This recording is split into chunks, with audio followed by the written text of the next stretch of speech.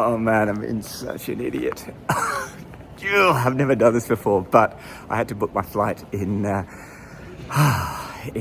Russian airline from S7. Oh, just sit down for a second. And I stuffed up. I went from Yakutsk, not Yakutsk. It was in Russian, and I pressed the wrong button, and I clearly thought Yakutsk was Irkutsk in the Russian script. I think I'd know by now after all this travel. And I was excited because it's roughly the same price, but it was a cheaper flight today.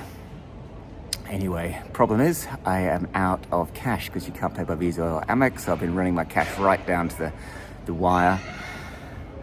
So now I have to go find a bank. There luckily is a flight at 10:30. I have to find a bank, see if I can change some US dollars, pay for the flight, come back, get on that flight, which is obviously a lot more expensive, and get to Moscow. What was going to be a stress-free morning is now going to be a running around morning. The joys. Irkutsk and Yakutsk. Yes! I have never been more happy to have a boarding pass and to be on the plane. Got to the bank 9 o'clock. Well, then I had to wait 9:30, and I got the last seat on the flight, 10:45 to Moscow. How lucky am I? Just like a speeding fine. Boop, boop, forget, move on. I'm on my way to Moscow. Goodbye, Yakutsk, not Irkutsk. Well, how lucky am I? That middle seat was meant to be mine, but no one turned up to the window seat. And it's goodbye, Yakutsk and the far northeast.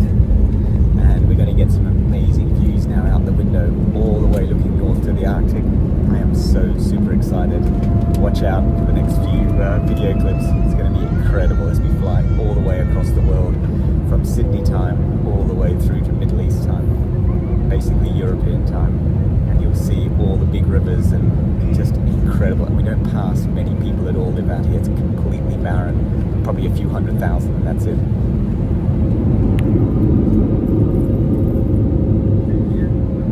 Goodbye, Yakutsk. And that's the Lena River, one of the 3 big rivers, the one I crossed the other night. Probably there, it's about 2 kilometers wide, I reckon. With all the tributaries, probably 5 kilometers wide. One of these 3 biggest rivers in the world that drains this massive area. Can you imagine the whole size from Australia all the way to South Africa? There's basically 3 rivers that drain that area. That's one of them, the Lena.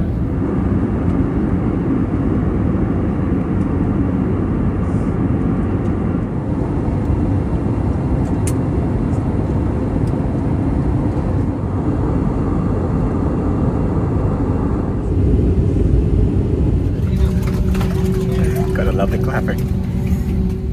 Alright, welcome to Moscow, everybody. This is the express train that gets to Moscow Central. Welcome back to Moscow and the incredibly huge escalators.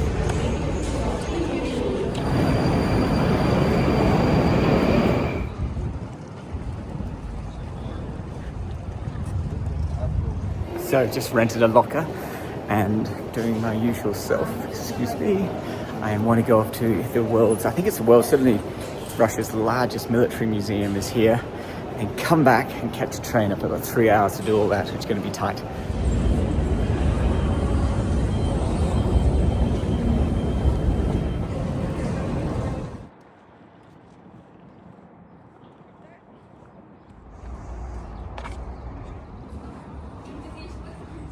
Well, this Museum of Weapons is different from what I expected it to be.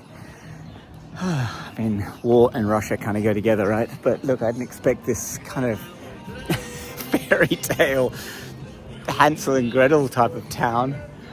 I'm not too sure where I'm going. I mean, look at this.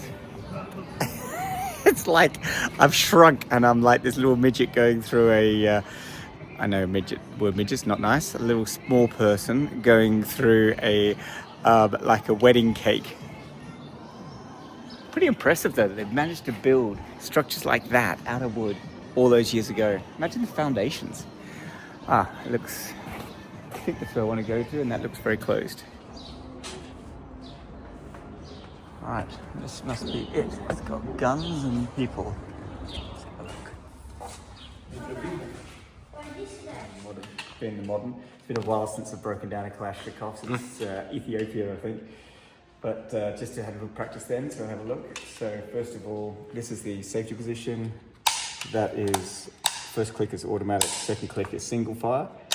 To break it down, take off the dust cover at the back. One of the powerful things is the gun can still fire even without the dust cover on it. It's also able to take, if you take the spring out, you're able to fire it just on the single system. You take the magazine out, you can still fire it by putting individuals in. If you take the safety mode. Yeah, put it down, take the safety off. So take the bolt out and the main device. You can still fire the Kalashnikov by putting bullets in. It's an insane system. And then break it down. Take the top of the barrel off. It's really a bit hard. So I need to put this. Got the safety there.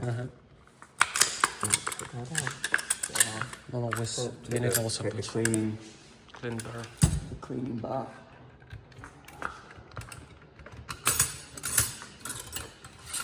The cleaning bar off.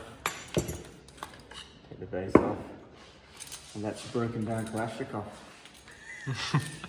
Very simple. Wow. Put new barrel and start fire like this way. Yes. That's all. Yeah. Very. So at the same time, For example, Russians had those, Yes, those and guns and Germans had these. this gun. That was actually really cool. Really good. Tiny little museum. I expected it to be much bigger, but it was, you can disassemble and assemble all the rifles. The guy and those machine guns, the guy was really helpful, really, war is a horrible thing, but it's kind of fascinating how the weaponry determines the structure of the fight that's going on, and to see how it's all evolved. And of course, Russia is the home of weapons and easy to use weapons. That Kalashnikov, you're holding death there. It's probably killed more people than anybody else. What did he say? Millions, 100 million's been made? Maybe more than that. Well, welcome to Yaroslavl, everybody. This is about 4 hours on a train out of Moscow, and it is meant to be, the entire place is a UNESCO World Heritage Site. Apparently lots of smaller UNESCO sites, well, big sites, massive Orthodox churches and bits and pieces here, as the rich merchants of the fur trade in particular settled in this region, and the Bolsheviks didn't destroy it when they made everything the same. So it's meant to be beautiful. I have no idea where we're going to stay tonight. I'm going to find somewhere to sit down and book a hotel. Probably get a few hours skip and then get up early, look around, and then jump on a train again. What a day. I'm still waiting at the train station. God, I hope this is my bus now because of the aeroplane ticket this morning. God, that seems a long time ago. I'm now right down to my last little bit of cash. So I'm going to find the cheapest hotel in town. I'm going to catch a bus there. How exciting is this? But it's 10 o'clock at night, which is European time. God knows what time that is in Yakutsk. It's probably about 5 in the morning. Come on, bus. I'm so tired. Oh, that's just the best. Got the cheapest bunk room I have had yet, 650 rubles. Now the next cheapest is about 1,000. That puts it in perspective. Unbelievable. And that means I budgeted for 1,000, or a bit over 1,000, 1,050, and it cost about 400 for a beer. So I'm gonna find a beer in this town. Look at that. I can't go to sleep when I got 400 free rubles in my pocket. Now look at this. These are some of the rich merchants that put up these mosques, not mosques, they look like mosques, sorry, these Orthodox churches. Oops. Oops, wrong religion. But this is what it must look like, and they light them all up. And look at this beautiful old building all lit up. It looks great at night. I like how they use white light and not lots of color. I like that, it's classy. And I saw a whole lot of lights down there, down here. There's a big thing there. I don't like that sort of thing. Yeah,